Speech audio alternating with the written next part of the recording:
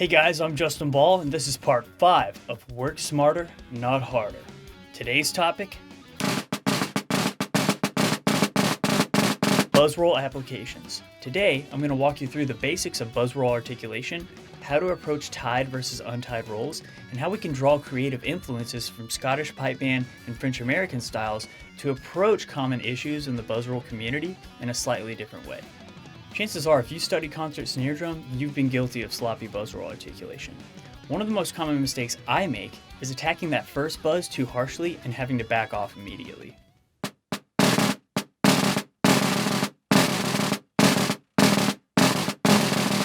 By being a little bit more sensitive with my first buzz and focusing on my second buzz being slightly louder than the first, I can overcorrect this issue.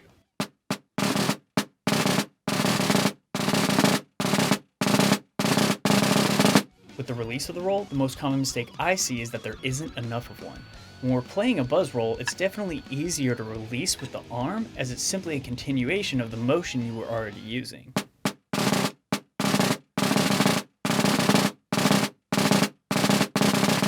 However, when we use arm for both, there isn't going to be much contrast between the roll and the release. But if I can approach the release from the wrist and release a little bit of the pressure on the stick, the timbre is going to be much brighter, contrasting with the roll preceding it and punctuating that release a little bit more clearly.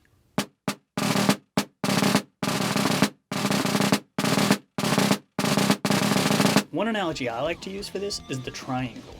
When I muffle the instrument with my fingers, it's going to prohibit its natural resonance. Sticks respond in the same manner. Next, we have tied versus untied rolls. Tied rolls are pretty simple. You simply connect the end of the roll to the note that it's tied to. However, although there's a tie, it's still important to punctuate a clear release. Before jumping into untied rolls, I would first encourage you to research the composer of whatever you're playing, as there are a few who intend for them to be played differently. On the flip side, I can't tell you how many times I've seen them in situations where they were obviously meant to be tied. But if you feel like wasting 20 minutes of your time coming up with some deep intrapersonal justification as if your musical artistry is in jeopardy if you don't play an untied roll differently, you're awesome. So back to untied rolls, the first way to approach this is to simply leave out the last buzz before the downbeat. If you don't like that awkward space, you can try what I call a blended release, in which you replace the last buzz with a tap and blend it with the buzz preceding it. I came up with a few exercises to help work on the differences between tied and untied rolls. For tied rolls, I'll simply plug sets of 2 buzzes into the triplet grid, focusing on clear, articulate releases.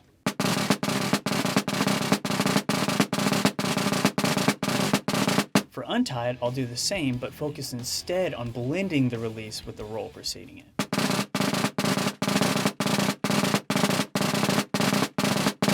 Now let's talk about some creative solutions. Sometimes you'll encounter a succession of 5-stroke rolls in close proximity that are impossibly fast. The first and most obvious solution might be to just play them with 1 buzz.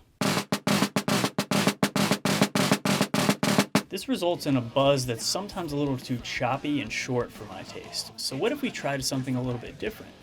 In Scottish pipe bands, they have a really cool rudiment called a trislet. You can also apply the same concept in a duple format, resulting in a 4-stroke roll. By applying this concept to the same passage, we can give the buzzes a little bit more length and cut back on the abrasiveness of the single buzz. Another concept I tend to have reservations about is the way that we place accents into a continuous roll.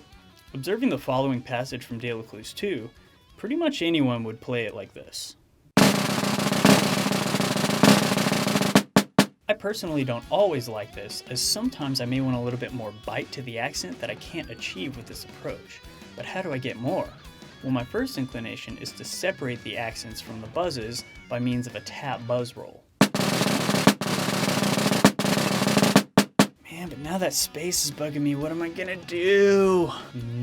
I've got it. If I can move the first buzz closer to the accent and get rid of that space, I can have a smooth, continuous buzz roll interrupted only by the accents.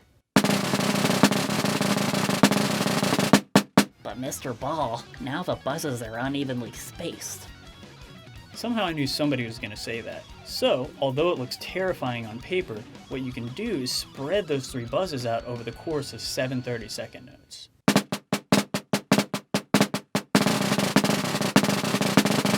This is basically a triplet buzz roll with a charge stroke that we see in Joe Tompkins' 9 French American rudimental solos preceding it, only in this case the charge stroke is actually on the downbeat. What? In closing, I want to encourage anyone watching this to draw as many creative influences as you can from other styles of playing.